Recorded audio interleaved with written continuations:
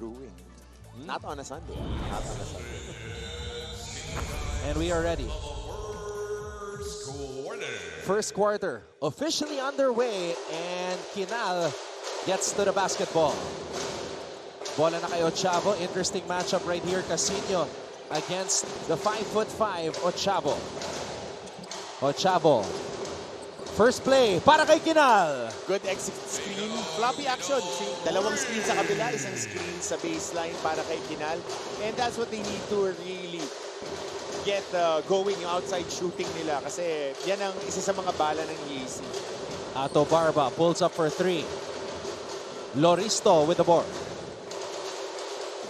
Now, Coach Hammer, LPU had 3 full days to prepare for this game. Important dyan yung makarecover ka from a difficult stretch at saka mabigat na kalaban. Kasi dito, dikit-dikit yung mga laro natin. Aviles. Aviles hands it off to Casino. Daileg susubok mula sa labas. Rebound Ochavo. Ochavo to Kinal. 2-point guards to start this game for Coach Jerson Cabiltes. Oman for 3. All right, let's try to find out who's in, who's out, and other developments from both teams. Punta natin si Glycel Galvo. Now that they've secured their first win of the season, the LPU Pirates are determined to reinstate their Final Four identity. Coach Gilbert Malabanan said that what they've been missing as a team is the same intense hunger which they've had in the past 3 seasons. In his words, medyo nagsimula raw ng relax ang kanyang koponan, so he expects that their last win will fuel their confidence and grit. Dagdag niya, they've successfully addressed their lapses and limiting turnovers after their last game. And today, all that's left for them is to find their groove and getting rebounds more aggressively. Unfortunately, J.M. Versosa won't be suiting up today because he is still recovering and feeling a little under the weather. Anton and Coach Hammer? J.M. Versosa, who had a stellar outing for LPU in their last game, 10 points and 5 rebounds. Unfortunately, as Glycel reported, feeling under the weather. Been very consistent on the board, si Versosa, providing a lot of grit for their squad. Ochavo comes up with a steal. Ochavo back to Kinal. Kinal, another one. Good execution right there, looking for the shooters. Kinal nakatatlong shot attempt na, 2 made 3-pointers out of 3. Nico Kinal showing us that he can play off the ball as Casino gets blocked, but goaltend ang tinawag doon. And I was having this conversation earlier with Nico Kinal, game drive ni Ato Forma, but I was asking him because he has a high grade sa glasses if he is wearing contact lenses pag naglalaro. Sabi niya sanay na daw siya. And for a shooter, that's a big adjustment. Because there are times when he goes back to the bench, he wears glasses. Yeah. I forgot to ask kung ano yung grade niya, kung astigmatism ba or...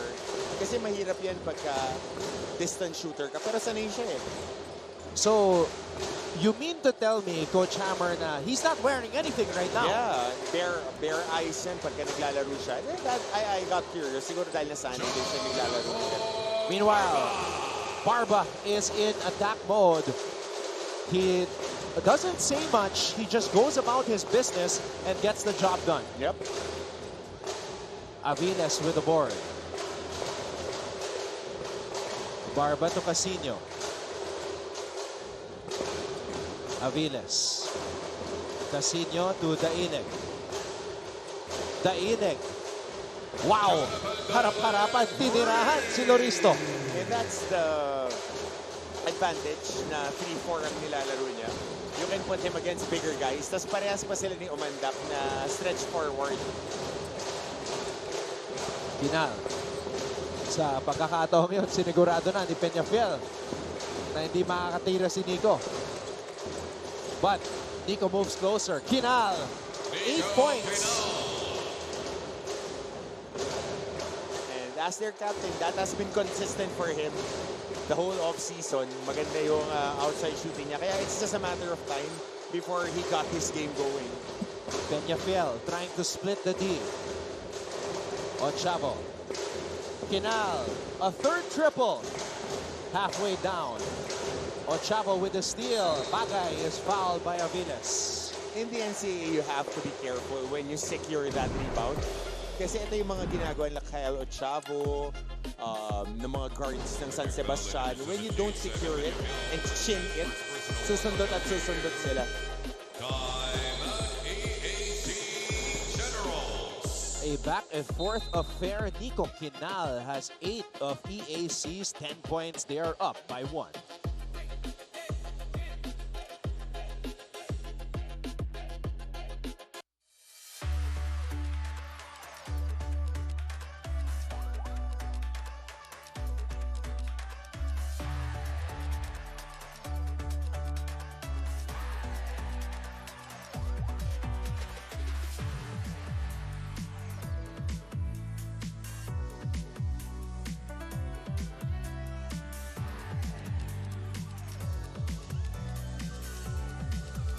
Sino ba ang bibida sa endgame para sa EAC? Bagay ba doon si Jude?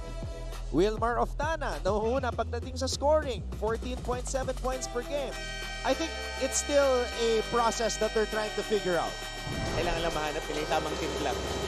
Kasi pwede naman sila talaga maging point of attack. Si Jude Bagay, different type of player. Complementary nga sila. Si Bagay, mahusay pomoste. Could shoot from the outside.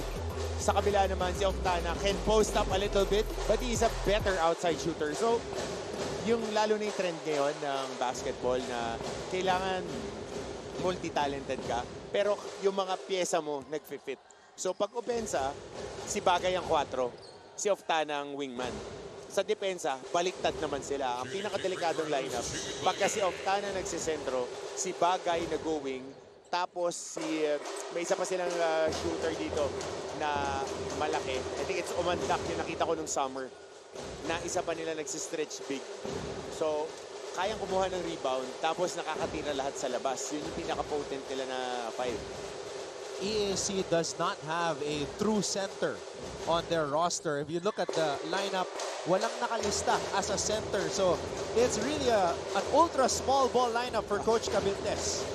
And advantage din yun na, of course, wala naman tayo talaga mga dominant big guys except for Allen Liwag, Sean O'Malley, and you can say si CJ Libang also stepped up big time. Pero hindi sila yung mga traditional na post-up players dahil medyo nagiging obsolete na rin, mangilan-gilan na lang. Nakita natin si Bismarck, si JL, the past few seasons. Barba, Dainek from the outside. He's been confidently taking those shots early on in this game. Loristo. Ayan ang trabaho ngayon ng mga sentro. Maging ball mover, rim protector, tsaka offensive rebounder. Tulad ng ginagawa ni Jello Loristo. Ochavo. Aviles with the board. Renz Villegas is now on the floor for the LPU Pirates.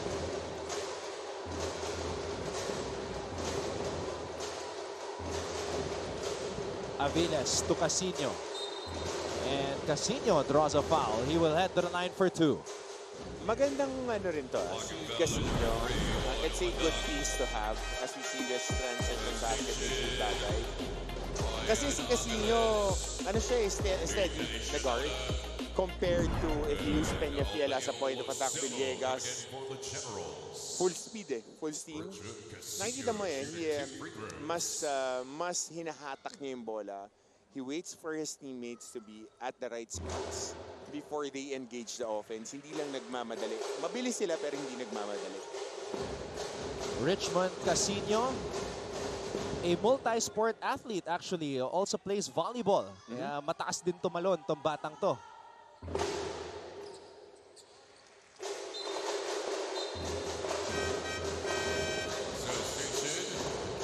And Moranejo now comes in for Casino. It's now Villegas and Moranejo on the floor for the Pirates.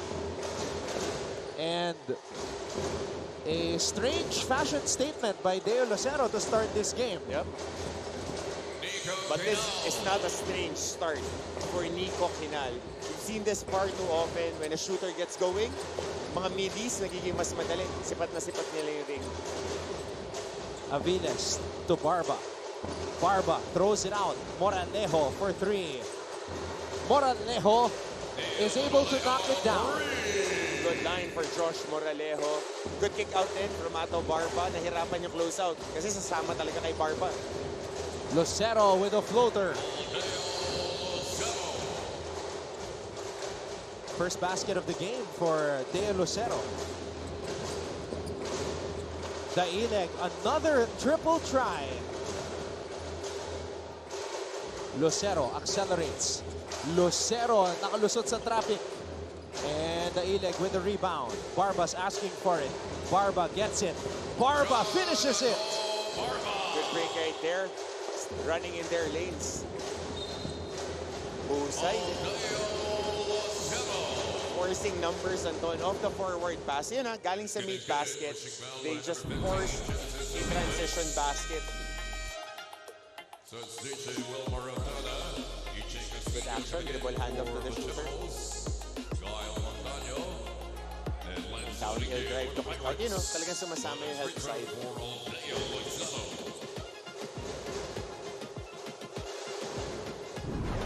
Deo Lucero will head to the line for some free throws. Ako, I really like his game. And he is a quick guard change up naman. Actually, hindi. Pareha sila ni Ochavo. Pero he really finds creases sa defense. Kaya lang ito yung mga kailangan niya iwasan. For the past 3 seasons that we've seen Deo Lucero, he gets into foul trouble for being a little bit too aggressive. So you want him to play under control. Kasi ang laki ng positive na nabibigay niya para kay Coach Gerson.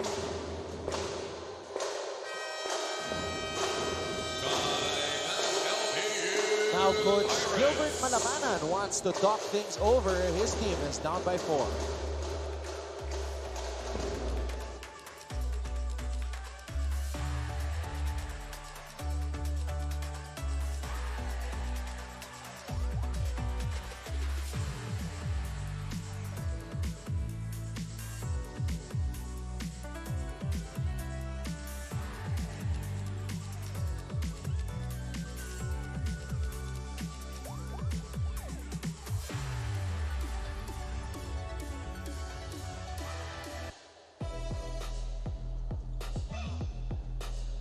Now, if EAC is trying to figure out who their legit go-to guy in the clutch is, LPU knows exactly who they want to go to. Villegas or Barba. And ano na to alam na beforehand. Before the season started, Ato Barba would be the clear-cut first option. But how the season progressed, naging si Renz Villegas. Kasi siya talaga yung kayang maglagay ng pressure sa depensa. Kaya niya mag one-on-one, kaya niyang atakihin at ilagay off-balance yung depensa ng mga kalaban. Imagine, Ato Barba and Renz Villegas are in the top 5 in scoring in the NCAA. Renz number 3, Barba number 5. Both averaging over 16 points per outing. Moralejo finishing with a left hand. 5 points off the bench si Josh Moralejo. 1 3-pointer and then attacking on the close-out. Castillo. Lucero with the steal. Lucero bounce pass to Castillo. Castillo fakes one dribble, rejected. Shanoda. Wilmar Oftana is now on the floor for EAC. Angeles. Agaw. Villegas. Villegas switching hands and finishing with the left. And that's what we're saying when it comes to putting pressure on the defense. Pinakamadaling umatake pag out of balance yung depensa. Tulad yan, out of balance si Angeles on the closeout. Strong left, going to the left si Moralejo. Ito naman, backpedaling yung depensa. That's an advantage, especially when you have a guy who is very quick, very explosive, and has dexterity na ilipat yung bola sa kabilang kamay to finish in transition. Renz Villegas completes the three-point play. Lucero. Oftana.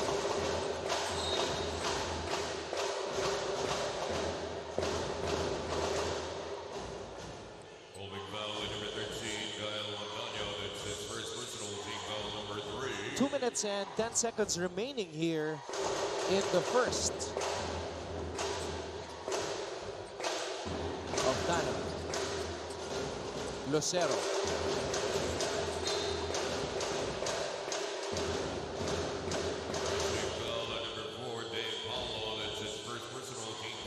Hey, it's a familiar face from the LPU side, Maclaude Guadagna.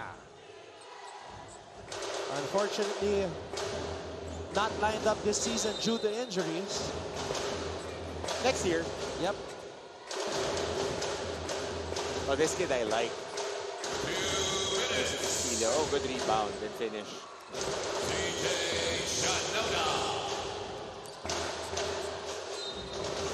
It is kind of strange na wala si Mac tsaka si Ato on the same team at the same time. Oh yeah, joined at the hip mula high school tong dalawang to. But that's basketball. It happens. Injuries happen. Kaya kailangan ready lang yung mga mag-step up yung mga next guys. Stepping up as a center is Jacob Shanoda. Just providing hustle, getting offensive rebounds. Yan lang, play big. It's not about height na ngayon. It's about getting possessions and being able to switch on shooters. Lucero.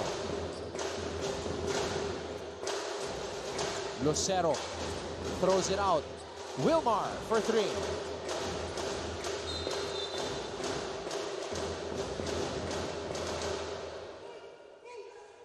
Pushing foul at number 12, CJ Shinoda. They're now in the penalty. That's his first personal. Coach Gerson Cabiltes.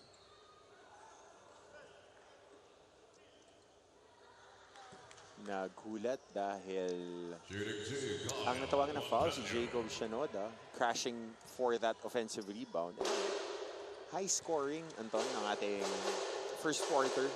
Both teams breaking that 18-point barrier. Kasi when you're a defensive coach, you want at least to keep it at 15. Pagka 60 points sa college game with a lot of attempts, you're doing a great job. That's a big thumbs up sa depensa mo.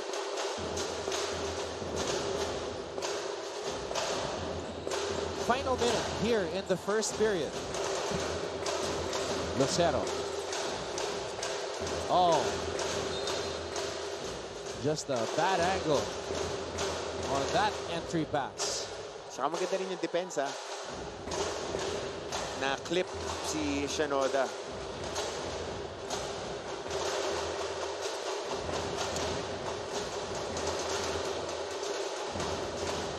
Montaño. Paulo. Origuez susubok mula sa labas. And Lucero throws it up ahead to Wilmar Oftana. Oftana with a floater. Off-foot layup for Wilmar Oftana on the break.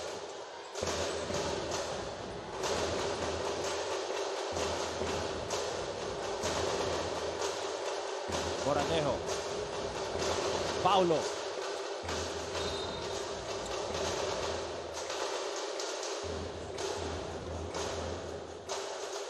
holding foul at number 12, CJ Shinoda. Penalty and personal. So this is going to be 2 free throws for Origuez. Substitution. Jethro Backward for CJ Shinoda. Jethro Backward. Pumasok sa unang pagkakataon para dito kay Jacob Shanoda. Oh, that free throw by Origuez was flat. Hindi ko alam kung nagulat din sa drums. Lakas ng palo ng drums eh. I don't know, I just noticed. I'm sure it had some sort of effect. Yeah. Yeah. Is it out of That's 2 misses with the pep squad's drums in effect. Oftana changing his shot. Good defense by Renz Villegas.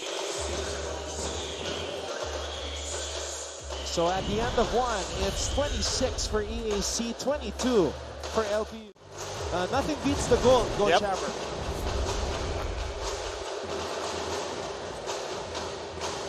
Villegas, pinigay dito kay Barba. Barba from way out. And Barba knocks it down. straight line shot for Ato Barba? Quiet 9 points for Ato. So well on his way to his average of 16 points per game, AJ Castillo. Matienzo running, and Matienzo blows the layup. Moralejo, Matienzo again. Matienzo nalunod. Good defense din ng EAC to recover.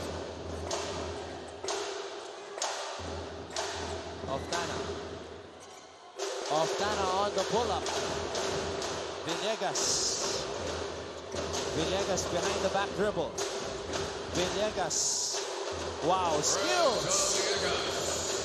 Playground moves. Pero yun na naman, nagba-backpedal yung depensa. Tsaka nanlalaki yung mata ni Renz Villegas pag nakikita niya si EJ Castillo. Kasi yung rookie pagka bumababa, paatras. Lucero. Too strong. Barba. Villegas on the pull-up. Villegas. Masterclass of using your teammates as roadblocks. Good ball screen. And then just one rip action, naipit yung bantay. Angeles on the pull-up. And Renz Villegas is able to track down that loose ball. So you've got Villegas and Barba on the floor at the same time. Matienzo, finally! Good A-set, double high screen, swing it to the shooter kay Montaño na big guy, and then yung diving guy, si Matienzo. Hinit nila 3 times na. Lucero is able to score as we get this courtside update from Glycel Galpo. Yes, Anton, it is a must-win game for the EAC Generals today. Speaking to Coach Gerson Cabeltes earlier, he acknowledged that if they want to keep up with the other teams in their bracket, they gotta take this one home. And after suffering an upset against the Atlas, Coach Gerson urged his players, especially their guards and veterans, to be more assertive in calling the shots and making wiser decisions on court. This is also what Generals team captain Nico Kenal promises for today. Ika niya, alam raw niya as one of the veterans, he could and should do more, and after losing, he is feeling hungrier than ever. He ended by saying that their main goal is just what Coach Gerson wants, which is a win for them to limit separation within their bracket. All from courtside, Antonio Coach Hammer. Thank you very much, Glycel. It was already back-to-back wins for EAC before that last loss. Barba with a crossover and finish. Ato Barba making things look easy. LPU is up by 5.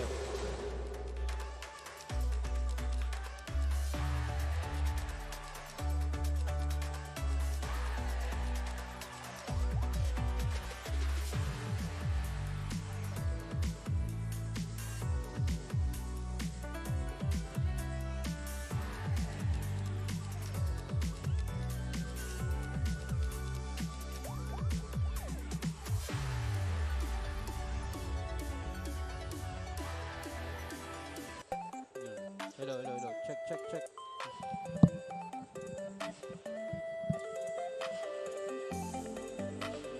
Ooh, so the music changed.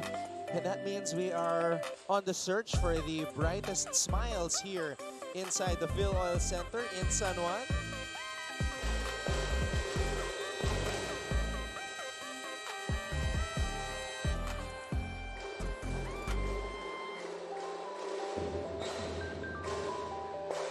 Well, looks like she's having as much fun as Matienzo. You mentioned 3 beses na binigyan itong batang to, si Matienzo.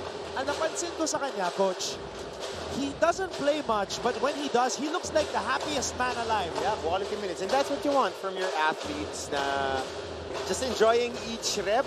And each rep means something for him. Kaya you gotta give a big thumbs up to guys like that. Happy to be here. Happy to serve. Yeah, I mean, he's undersized. And as we said, doesn't play much. But every time he's in, he tries to make something happen. And right on cue. Celebrating like that.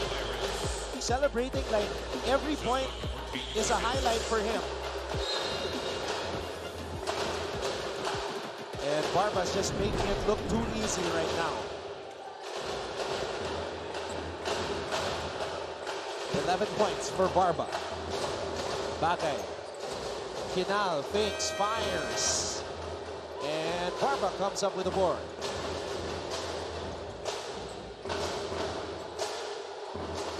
Matienzo na naman. Oh, Matienzo, nowhere to go.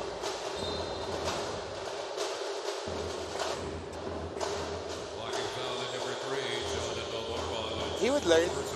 He would learn to kick that out on the corner para dun sa shooter if they read it properly. Of course, also coming off that LPU Junior Pirate program. Saan naman tawag pagka Junior Pirates? Junior Pirates, di ba? Pero pagka ano, di ba Bucks dapat? Buccaneer. Pagka batang pirate. Ha! You would know. You would know. There is a certain American football team that we both supported when our favorite players were there. Two tutties.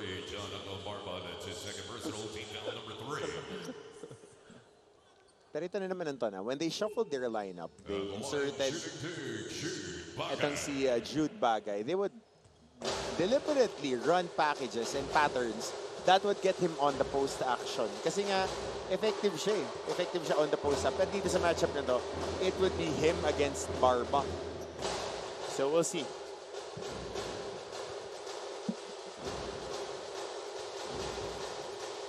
Second free throw para kay Bagay. And Bagay drains it. Oh, a scramble for the loose ball. Body's on the floor.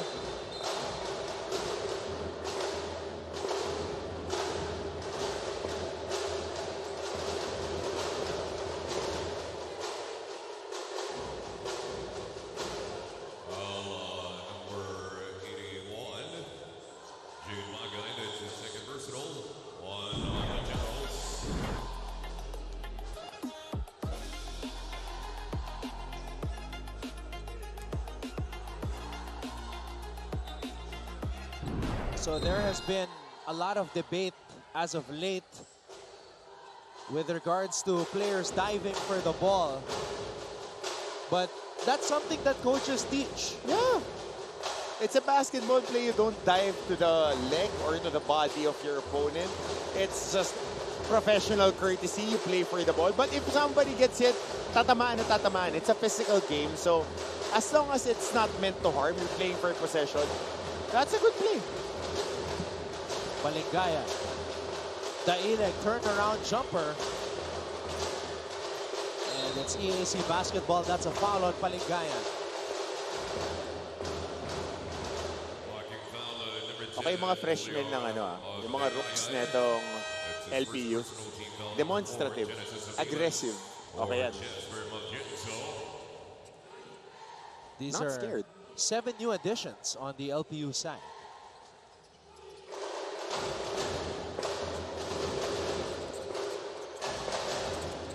Kinal on the pull-up. Nico Kinal drains it. Third triple for Nico Kinal. 3 of 5, if I'm not mistaken. 3 of 4. 3 of 7. 3 of 7. From the arc? Wow. Yeah. A lot of shots for him. There's a reason why he started. May plano sa kanya si Coach Gerson.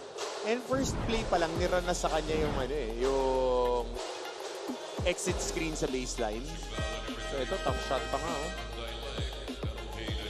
And he could be in for a career game. His career high is 16 points. But more importantly, he just wants to get that double. And it's amazing how much gets done when nobody wants the credit. And again, he's doing all this without his glasses or contact lenses. Yeah.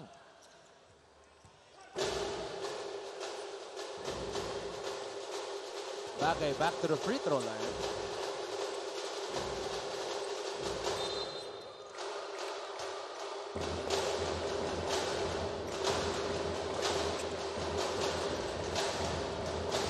Balingayan. Daileg to Barba. Barba back to Jonathan. And Daileg scores. Oh no. Barba is hurt. He appears to have tweaked something. That's not good. He's over on the other side.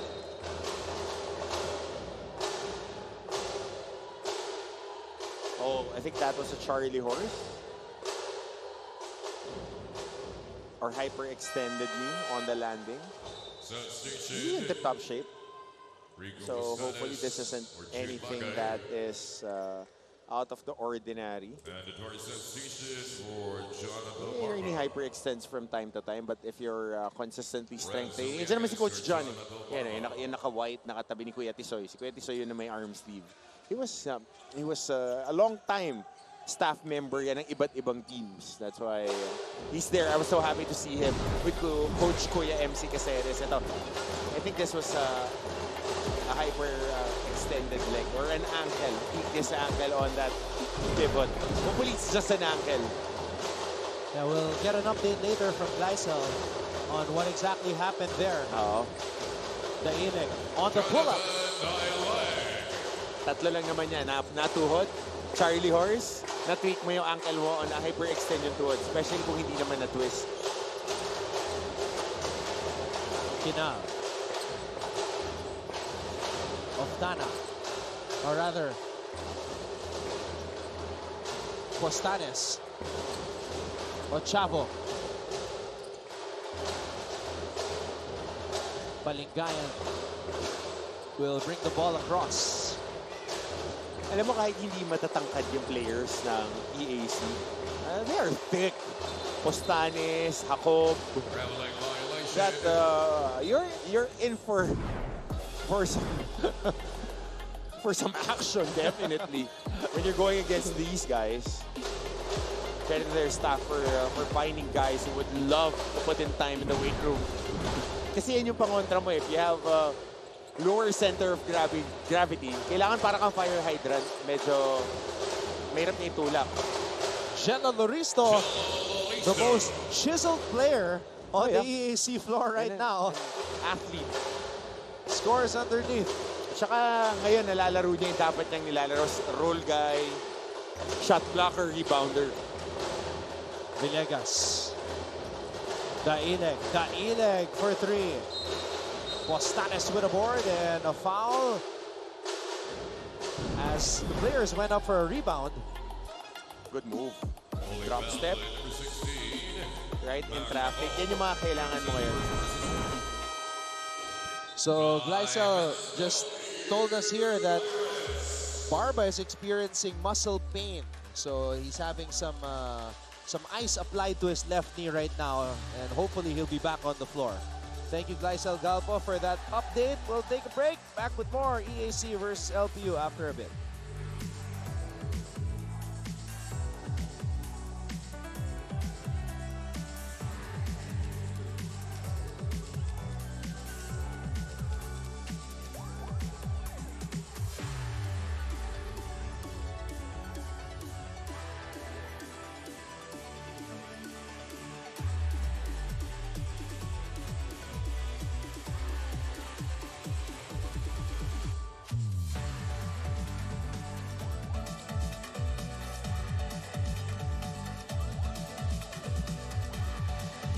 So, Ato Barba is applying ice.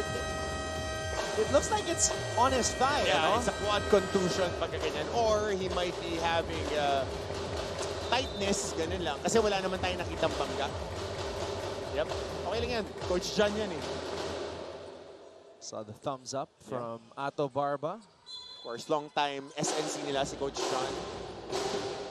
Part of their coaching staff ever since Coach Stopex handled the team. So, kilalang kilala niya itong mga batang to and always in that top shape naman ng LPU. Oh, dangerous pass right there, picked up by Postanes. Postanes to Kinal. Kinal for 3. Sabi ko sa'yo eh. These guys. Big boy rebound. Bro, pit bulls. Especially this one right here. Yeah. Ochavo to Loristo. Bad pass. Villegas. Villegas behind the back dribble. Goes deep in his bag. Daileg thought about it. Binigay muna kay Palingayan. Peñafiel. Villegas on the fadeaway. And Loristo comes up with a board. Postanes. Postanes. Good job. Somehow grabs his own miss. He established both his feet before he got that ball. That's very, very smart. Ochavo. Back to Postanes. And Postanes diving for the ball. Villegas picks it up. Villegas kontra Daileg. Supalpal. Panibagong pagkakataon. Villegas. Basket is good. Sonic. I'm telling you. Yeah, Sonic. He just moves so fast. Siya kaya pag nagsistring siya ng moves, he goes for that switch up. He gets the rebound and he finds a way to pivot away and take the contact. And just using that touch to get more baskets.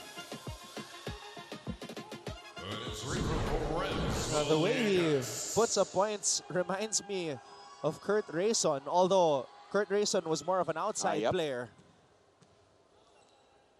Yeah, ito full speed. And it's so hard to play fast, especially if it's not your pace.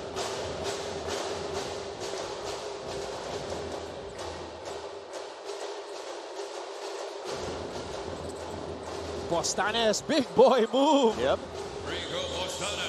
You know, this guy needs a little bit more burning. Kasi malaki lang yung ano eh, mahaba yung pila.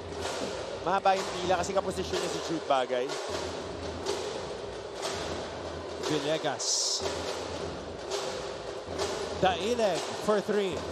And Daileg, he's been looking for that shot since the start of that game. And I've been looking for Simon Peñafiel to play under control. That was a good pass attacking the middle and looking for the shooter.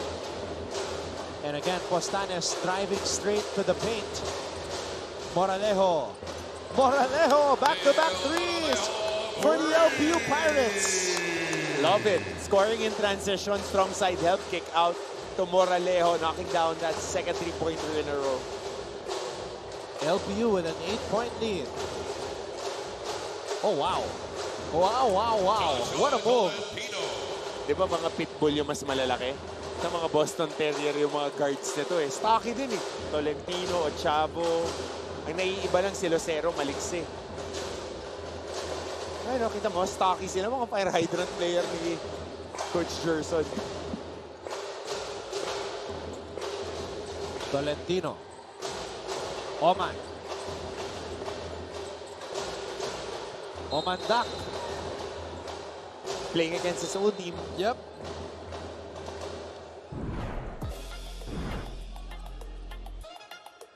Now, Postanes just... A good pass. This is such a good pass. Good recognition. Basta strong side help. Ayun, no? Layo ng tulong. Kahit mag-short choppy steps ka dyan. Side step.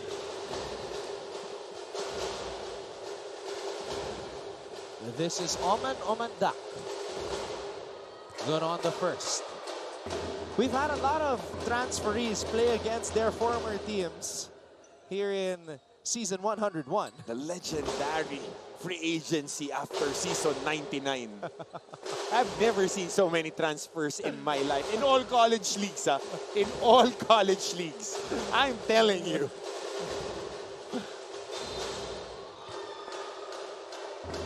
Oh, lane violation.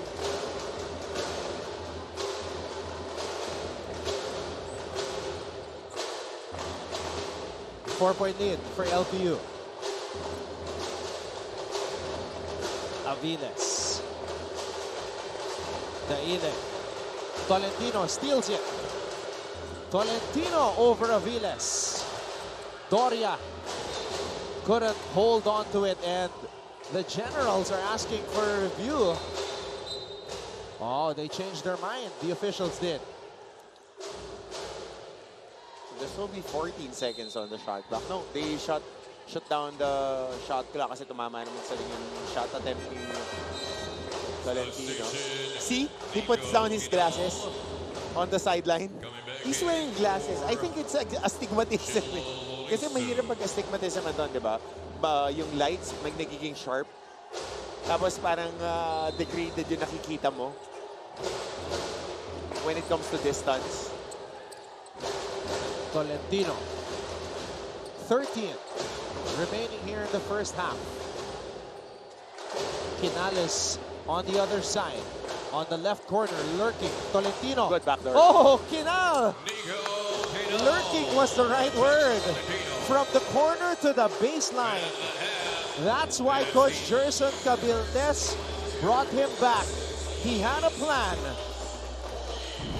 And his Generals followed it to the T.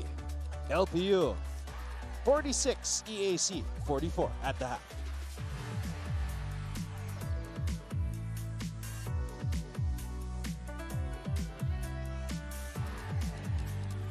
Standards of FIBA dito sa NCAA. Big thumbs up.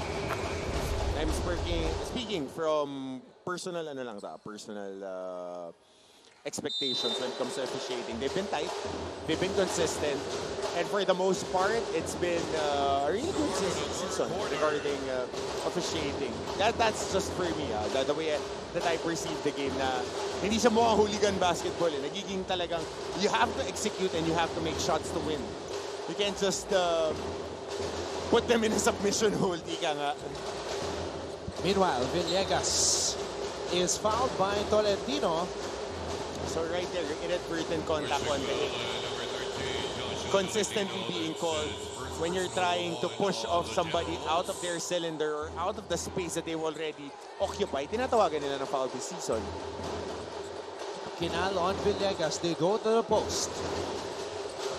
Aviles. Aviles sweeping hook. Missing with the left-handed attempt. Bola na kay Quinal. They go to the post. Para kay Bagay. Bagay loses control. Balik ang bola sa LPU. Tatlong tao ay nakapalibot kay Jude nun. Barba squares up.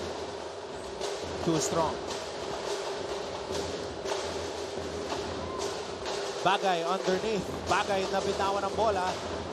Bagay gets it to Oftana. Oftana for 3. And Barba comes up with a rebound. Montaño runs out of space.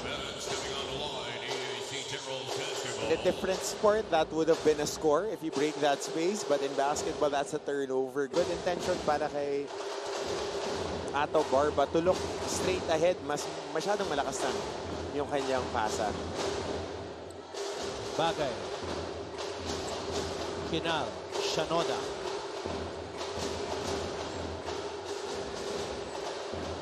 Shooting up on that zone, Anton. Naka 2-3 zone yun ng LPU. Bagay underneath and Bagay scores. That's one way to break that zone. Play in the gaps.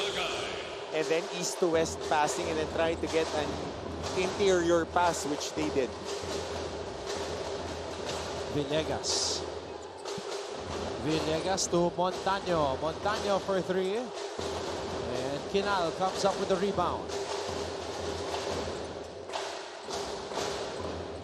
Tolentino, dangerous pass, stolen away by Villegas. Villegas to Moralejo. Moralejo thought about the 3, gives it back to Renz. Aviles, down low to Montaño. And Montaño called for an offensive foul. Oh. That's a difficult angle, especially when you're posting up against a smaller player and you lean forward. Unless that they move forward underneath you, yun yung tatawagan ng foul. But if you lean forward and shoot a leaner, bang-bang call pwede kang tawagan talaga ng offensive foul. Especially yung pag-ball over niya.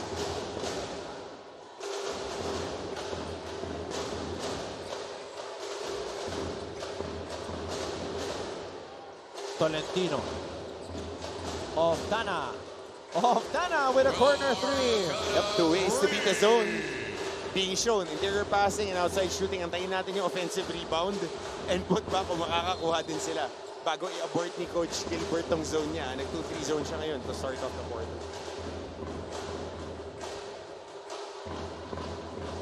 Let's get a courtside update from Glycel Galpo. Thank you, Anton. Coach Gilbert Malabanan opened the halftime huddle with a question on why they are committing hefty turnovers once again, which is opposite to what they aim to do today. On the other hand, he commended on how they started with a good ball rotation and recognition, pero hindi raw sasapat ito kung hindi sila nag-uusap-usap. Coach Gilbert emphasized on minimizing their miscommunication, saying that the EAC Generals are able to capitalize on their lapses. He ended the huddle by saying hindi ito ibibigay ng hindi natin pinaghihirapan. This is our chance to prove them wrong. Anton and Coach Hammer. So just reopen the communication lines. Reminder from Coach Gilbert Malabanan as EAC reclaims this lead. EAC with a 5-0 start.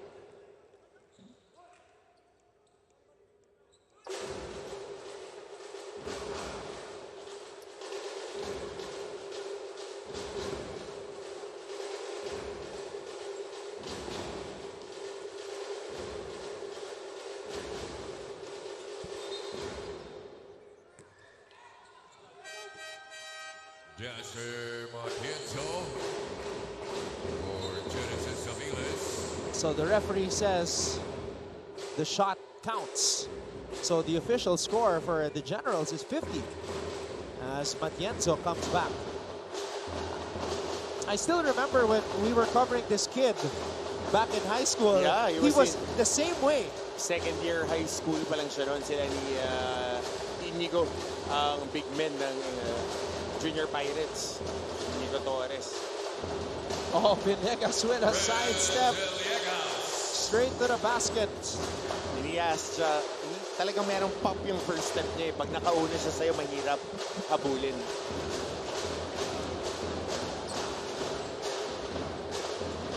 Tolentino.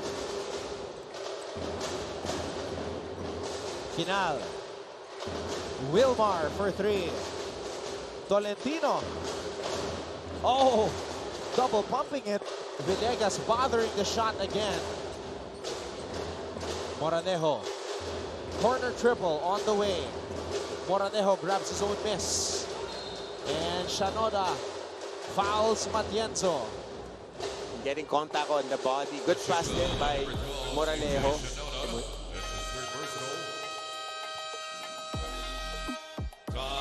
That's a called sidestep for Renz Villegas. That's the number 3 scorer in the NCAA. But his team is down by 2.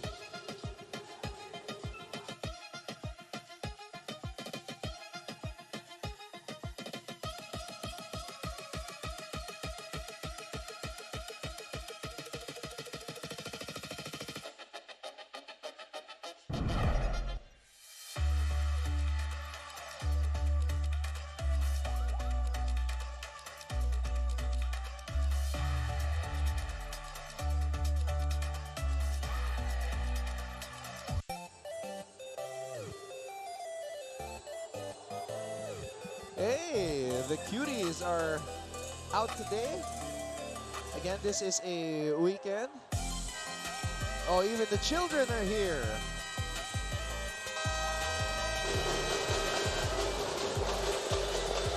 Getting exposed to this type of atmosphere.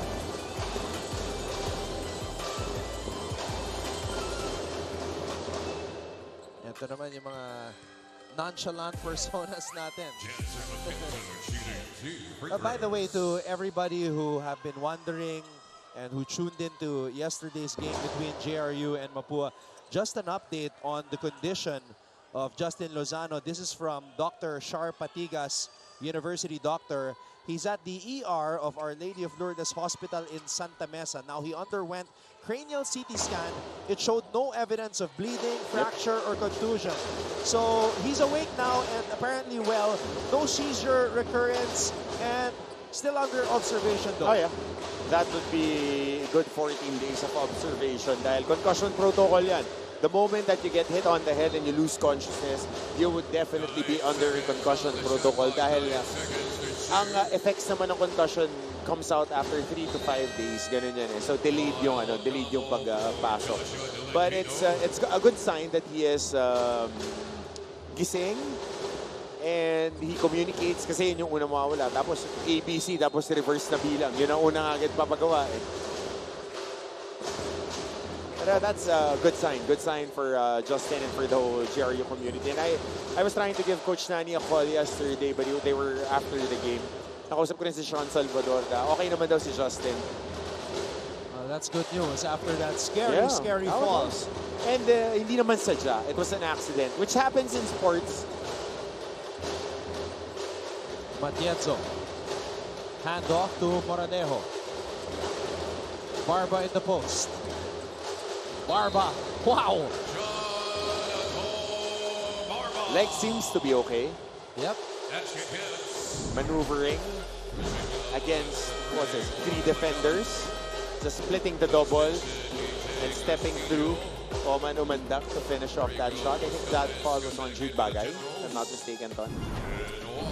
You know, much respect to Ato Barba. He was taking a lot of heat during the beginning of the season. Pressure on his shoulders after the news of him not getting drafted. Playing poorly on opening day. And then he just continued to work. Scored 32 points and now he's one of the top scorers in the league, just like last year.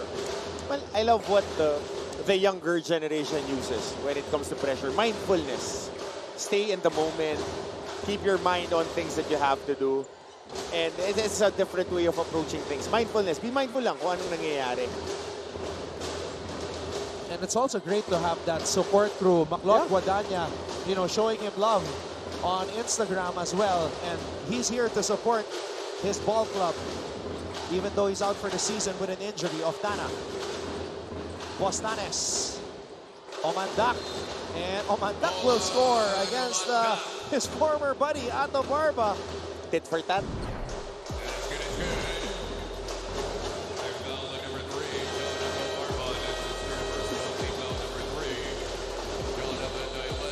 Actually, they're still cool. My mistake. I shouldn't say former buddy. Maliit lang yung mundo ng basketball, Anton. One day, you would be playing against each other. Next thing you know, magkakampi na kayo in the pros, in the semi-pros, in other leagues. It's a small family. It's a small community.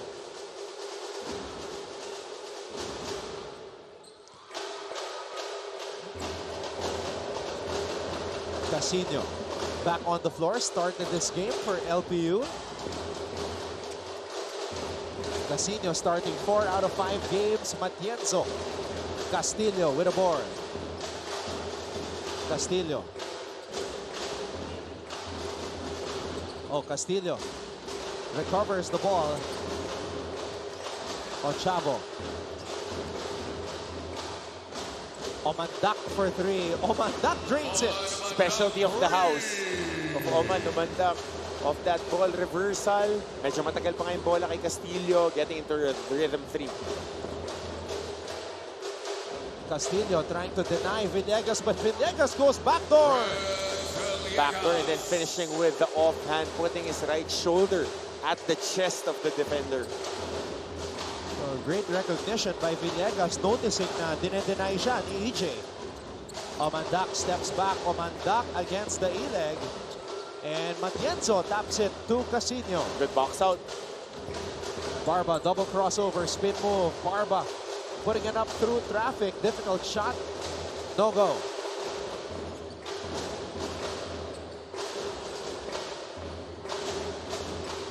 Bostanes. Castillo against Casino.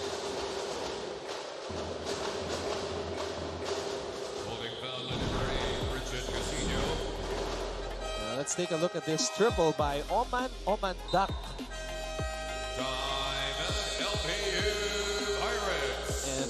back door. Shoulder to the chest. EAC still up 56-53.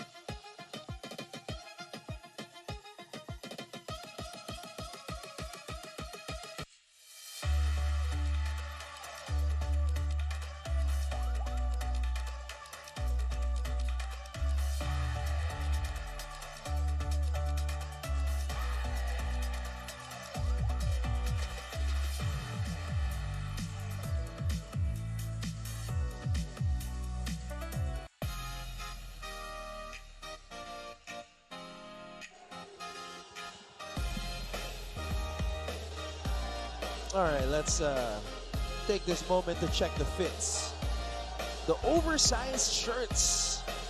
Back in the day, you used to rock those, Coach Hammer? Oversized shirts? I just rock what is freely given to me by my grandparents. So, oversized man yan, maskip yan. Basta libre, okay yan kay Coach Hammer. Saka marami ako hand-me-downs from my uncle. Kaya when I was growing up, drip was not the problem. It's just me filling in those shirts. Shot clock at 14 seconds. 3 minutes and 2 seconds remaining here in the third. EAC ahead. Chavo to Castillo. Castillo on the pull-up. Too strong.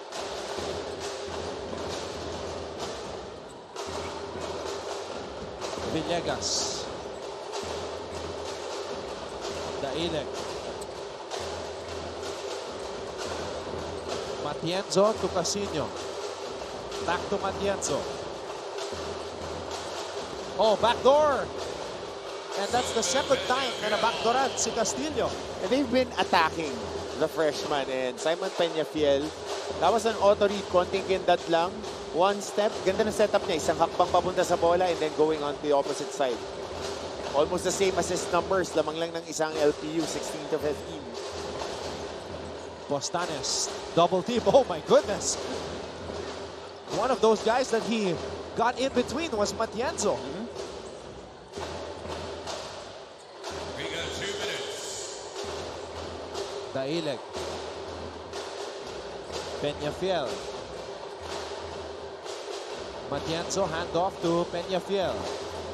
Peñafiel to Dailek. Villegas to Casino. Quick trigger. Shot clock violation. And that's a shot clock violation. Good ball movement, east to west. El Monoleo for Renzo Villegas. Kaya lang, kapos yung tira. For EAC, Coach Hammer, this is the last game of their crossover games. Yep. So they want to get a win here before they face against Beda, Letran, CSP, and JRU.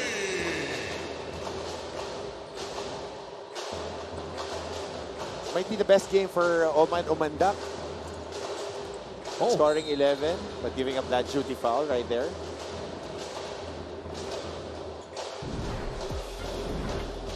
Pushing number 3, Olan Madak. That's his third personal. There's that back door by Peñafiel. Ganda ng setup. And line shooting 2, Richard. Ball screen action. Diver, and then relocate lang yung shooter na big man. Ganun na talaga ang to ng basketball eh. It's 4 out, 1 in, and sometimes teams play 5 out pa. When you have a center who is capable of shooting from the outside and can also engage the offense. It's the Jokic effect in the EuroLeague. A minute and 16 remaining here in the third. It's been a close encounter. No team really establishing a double-digit lead at any point here in this game.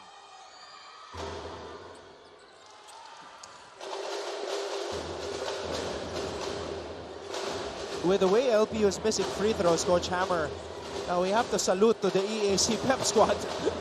No? Saka Chavo. yung drummers nila. Oo. Consistent. Nagugulat eh. Dailek. Moranejo. Matienzo extended playing time here. Peñafiel. Richmond. Daileg for 3. Daileg drains it. Now embracing the skill set. Itong mga players ako, I've been high on Daileg as a shooter kasi matangkad. He can gun from the outside. How about Loristo trying for a 3? I was free. Daileg prior to today has only made 10 triples this season. Daileg has made 3 today, 3 out of 8. Hey, you gotta find him again. He's all alone. Will this be a 4th? Yeah. Yes, it will. Called it, Anton. Kasi pagka mga shooter, you see, maganda yung rhythm ng mga tira nila and the volume that he has been shooting in this game. Oh my! Oh man! Oh man! Oh man! Duck! 3 triples in the quarter. Talk about the big man catching fire. Jonathan Daileg adding a new dimension to his game. Just 10 made triples coming into this contest today. He has converted on 4. And there's a long ball from the former Pirate turned General, Oman Dak. 4th quarter coming up. It's a 1-point lead for EAC. 62-61 is our official tally. As we enter the 4th quarter, the Generals protecting a 1-point lead. Casino airball from the corner. Lucero nagbabalik sa ating laro.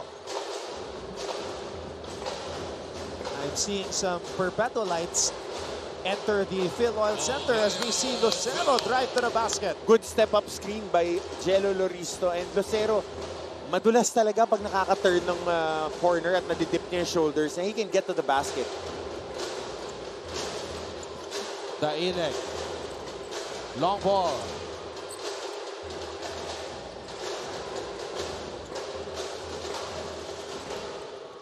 Ochavo spins. Oman Dak for 3. Another one. And he looks at the bench. He looks at the LPU bench after that 3.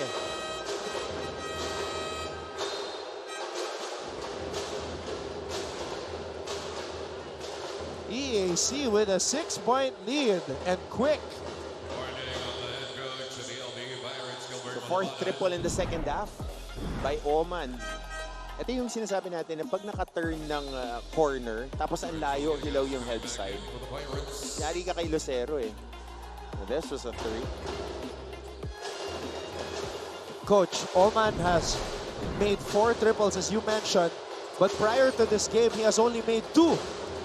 Dahil hindi siya showcased eh. Hindi siya gaano nagtitira, Anton.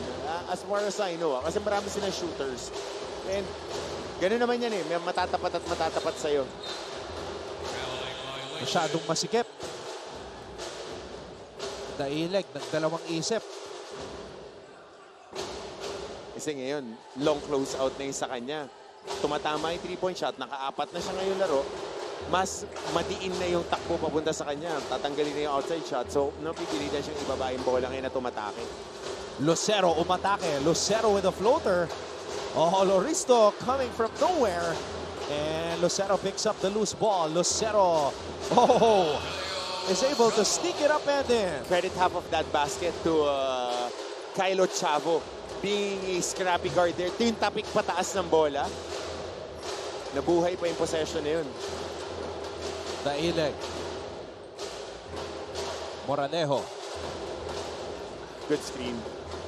Moralejo wide open. Miscommunication on that ball screen action. Nag-squeeze si Omandak. Binanggaan niya yung screener, nakadikit siya. Walang space si Lucero para dumaan. So nalibre yung elbow jumper para kay Moralejo. Lucero kills his dribble. That's a foul as Angeles will head to the line for 2. Let's get a courtside update from Gleisel Galpo. Yes, Anton, gaya nga ng sabi sa akin itong si team captain Nico Quinal, one of the challenges for the Generals is how they sometimes lack aggressiveness, especially during clutch time. And this is also what Coach Jerson Tabiltes hopes to prevent in this game, pointing out how pointing out their tendency to slow down and lessen their intensity, lalo na sa depensa. In the final few minutes of the game, he calls on his squad for better ball movement, recognition, and for them to read their opponents better. Now, this is the time for the Generals to capitalize on Coach Gerson's requests for smarter decisions on court. Kaya abangan natin kung matagumpay nilang maiuuwi muli ang panalo. Anton and Coach Hammer. Yep, they're approaching the finish line, so very vital yung mga instructions na yan ni Coach Gerson Cabiltes as they try to win their third game in the past four outings.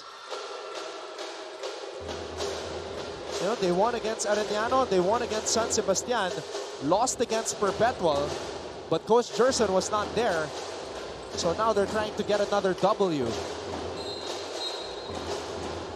Foul dito si Angeles, clipping the arm of Holding foul at number 0, Brian Aviles. That's his first personal, 1 on EAC.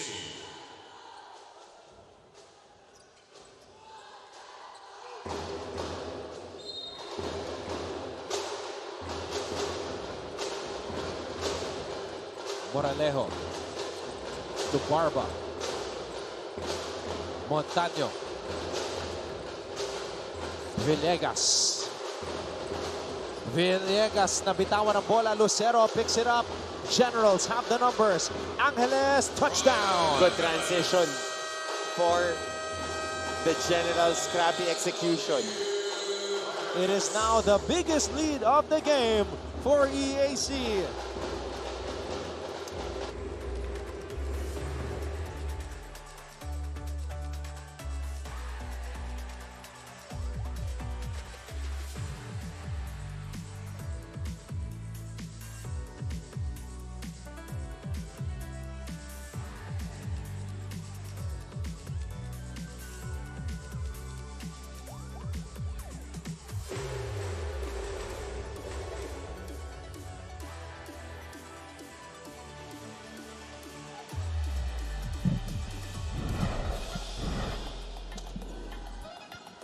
Deo Lucero, sneaky, going around the big man, Matienzo.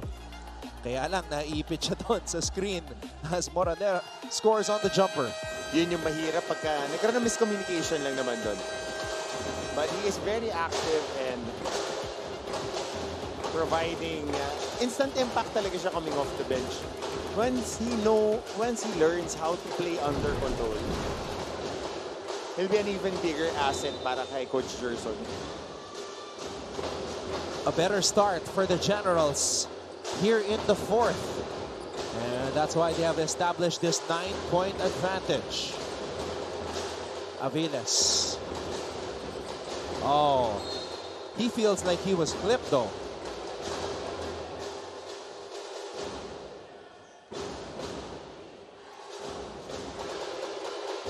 So EAC has Ochavo and Lucero on the floor at the same time. Lucero walking it up.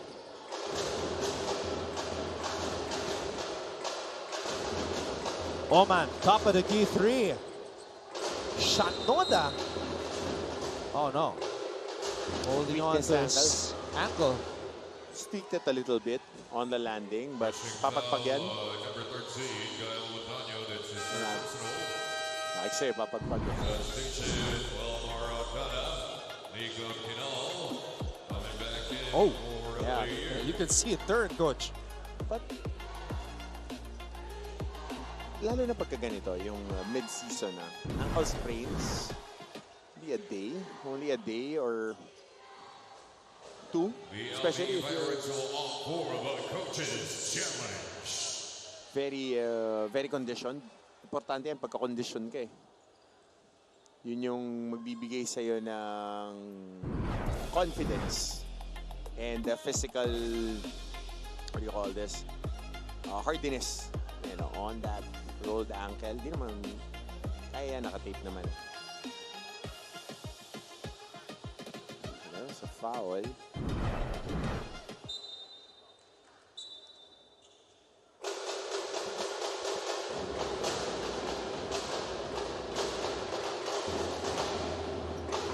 So the ball will stay with the Generals with 6 minutes and 48 seconds remaining here in the fourth. 14 seconds.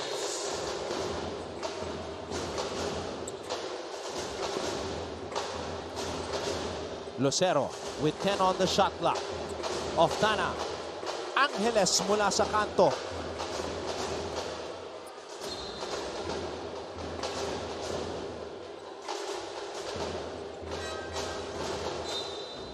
The EAC Generals will opt for the coaches challenge. EAC coach is leading this game with their leading scorer, Oftana, with just 5 points so far. They'll take that dahil maganda ang laro ni Umandak. Well, as a coach, you want to look at it in a perspective that, yes, yung ibang piyesa ko gumagana. Ang importante, yung big score. I mean, we saw it yesterday in the beda game. Andrada, 0. Sahonia, out of the game. They won by 20. They want other pieces to move forward. Alam natin sa Letran, ganun din. I mean, Manalili would always be Manalili, but the other guys stepping up, iba-iba yung nagiging supporting cast. Last win nila, Kukaha wasn't going. Kevin Santos was doing well. So, laging ganyan eh. When you're going into the playoffs, you want everybody to be engaged, everybody to be active, especially if you're a contender, para meron kang iba pang bala pagka tinanggal yung mga primary weapons mo. Challenge is successful. Ball will stay with 1 EAC. second on the shot clock. 1 second to shoot.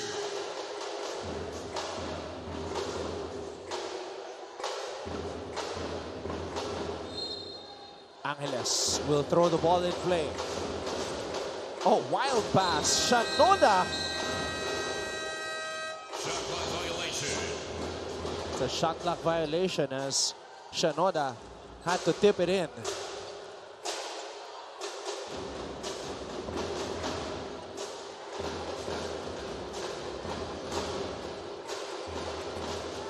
Villegas. Montaño to Barba. Barba on the move. Barba, what a delivery. What a delivery. And Aviles was fouled as 3 white shirts surrounded him. Number 91, Omar Oftana, is his second personal to So off the attack, right inside the shaded area, shrink. 3 guys getting attracted there. Because Ato Barba commands so much attention. As you said, he's one of our top 5 scorers. Every time he attacks, he engages the defense. Maraming pumupunta. So yung mga drop pass, laging available yan. And out of balance na yung depensa pagka sumabay sila, which happened there. But they just need to knock down their free throws. 0 for 2 sa pagkakataon na yun para kay Aviles. EAC has a chance to turn this one into a double-digit lead. Good And pass. they do. Shanoda finding Angeles. What happened to the LPU Pirates here? Itong mga galaw ni Shanoda, awkward tignan, but it's effective. He goes hard, so he commands the defense too, and then dropping it at the last moment. Pero LPU, meron silang scoring spell to start off this fourth quarter. Yeah, LPU has only scored 2 points so far. Di pa nahawakan ni Villegas yung bola. Montaño misfiring.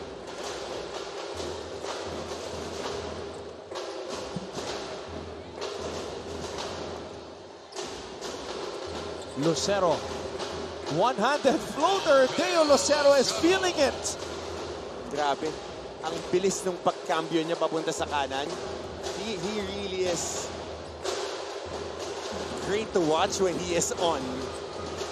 Aviles. Oh, That's travel. Shanoda pulling the chair from under him. Traveling violation. Mahirap yun, lalo na pagka-drop step ka tapos may tao sa likod. When pulls the chair, kailangan mo i-balance yung sarili mo. Coming back in for the Pirates. Post defense, post coaches on offense would want you to get a good spread open drop before you get into a move. Tsaka traffic, maraming tao. EAC trying to hang on here. This is their biggest lead of the game. Lucero, wow! That was a good move by Aldir Lucero. Going from left to right. Great footwork. Alam mo, cross-sport reference, yung mga ganyan, di ba, nakikita lang natin yan sa football. Yung mga nifty na footwork before. And then with the integration of multi-sport European athletes, nakikita na natin sa NBA kasi yun yung primary sport nila. And then we train it with our local players. Ang huhusay na yung mga Pinoy step, yung mga Euro step. Barba steps back. Oh, it's been a dry spell for the LPU Pirates. Daileg missing. Barba. Moralejo. Moralejo will head to the line. Getting to the gut of the defense with that crossover step. Of that close-out yan, crossover step, pasok lang. And then, again, the footwork. Ang uhusay na ng mga players talaga ngayon when it comes to just recognizing saan nanggagaling yung tutulong. Kasi mahirap yan nandun, kunwari nasa kabilang side ka, tatakbo ka, isasara mo yung pinto, tapos marunong gumamit ng angles yung umaatake. Tatamaan mo yung katawan eh. Barba with 14 points. Villegas with 14 points as well. Pero 3 points lang in the second half si Ato Barba. And 4 for Villegas. So the second half, particularly this fourth quarter, has been a nightmare for the Pirates. It's been a dry spell for them. They've been outscored here 17-4.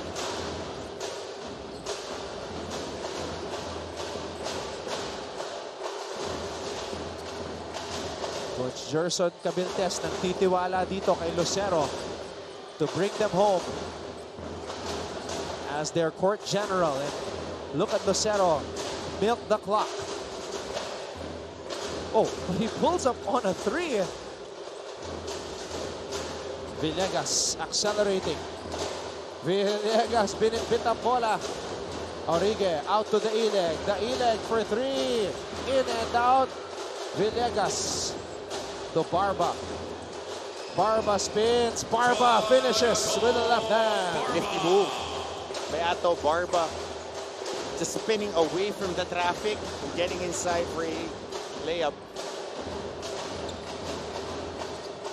Kinal. Nico Kinal has not scored here in the second half. Lucero comes up with a steal.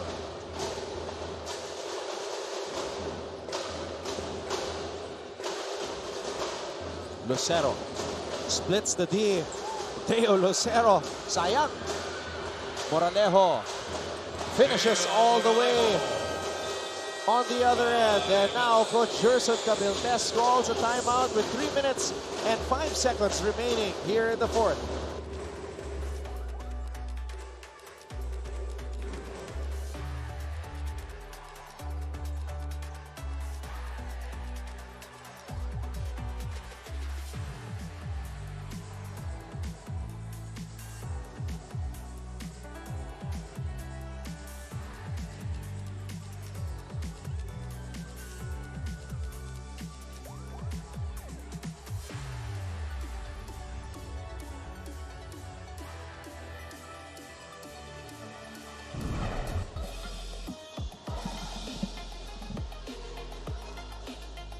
Basics and fundamentals.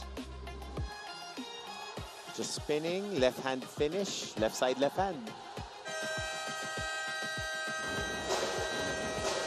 Now that was not basic. And this is LPU basketball. Getting a stop, getting to score right in transition. Chipping away, you have, what, 3 minutes and 5 seconds remaining. Try to lower the lead and then be at striking distance.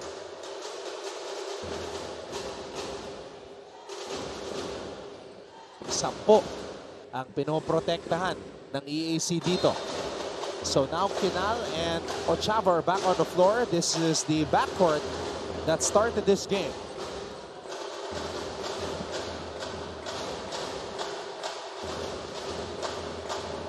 Oftana to Kinal. Can Kinal catch fire? Kinal launches for three. Barba tracks down the loose ball. Barba steps back for three. Air ball. And Coach Gilbert is telling him to drive it. Oh, mahaba pa tong oras. Atakihin lang.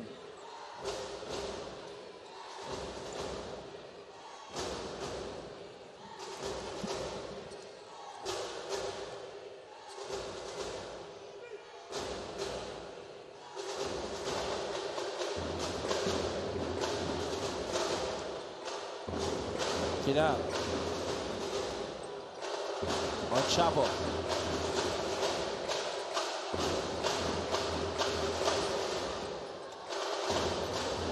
On Chavo.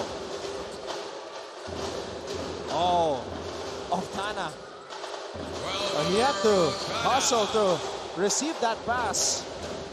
Great job by Oftana to recognize that. Ang read kasi ni Ochavo, roll siya sa basket, which is libre. Pero okay lang, gawa naman ang paraan yung jump shot. Moralejo in and out, and that light at the end of the tunnel for LPU is slowly getting dim.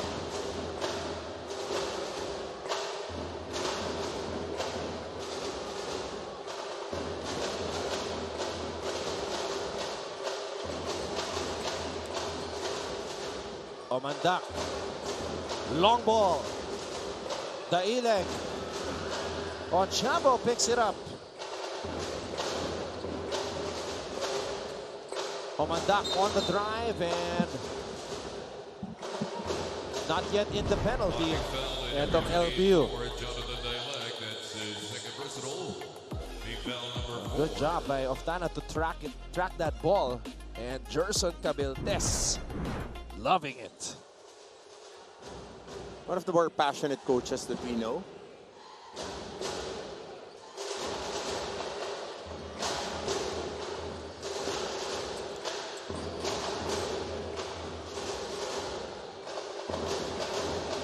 Four remaining on the shot clock. Kinal for the career high. Just a little bit too strong. Tough shot though. Villegas. Balik sa 10. Less than a minute to play. Ngayon lang nakahawak ng bola si Renz Villegas in the fourth quarter. Which is surprising, huh? And it's not like EAC is doing anything to deny him the ball. Ochavo. Kinal. A career high for the EAC team captain. Siya ang nagsimula. Siya din ang magtatapos.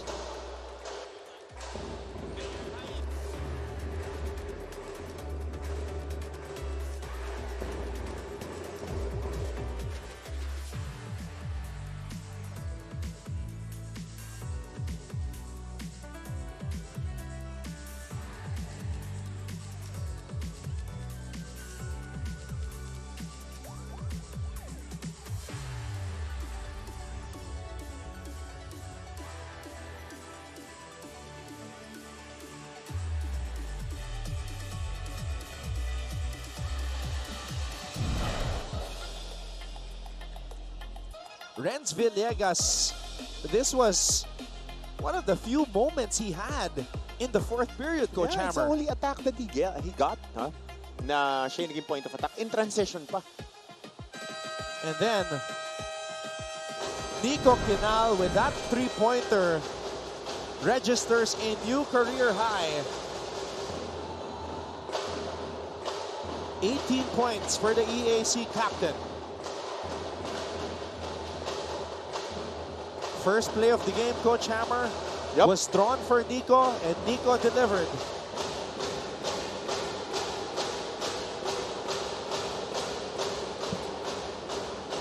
Shot clock in 14 seconds.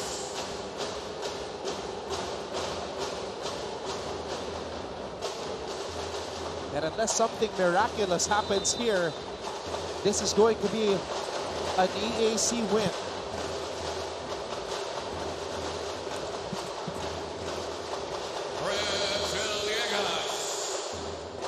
Probably too little, too late for LPU.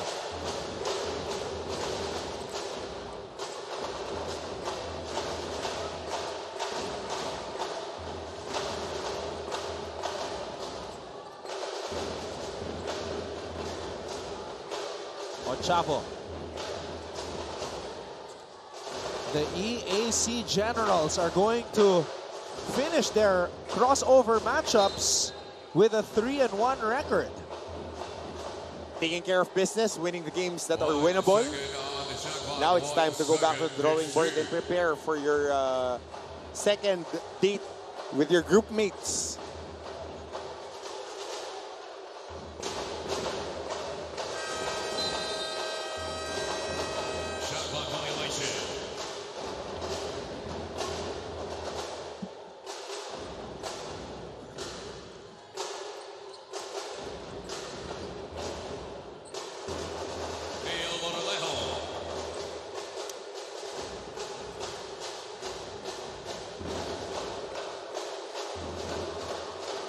Coach Gerson Cabildes, 3-1 now in the crossover matchups.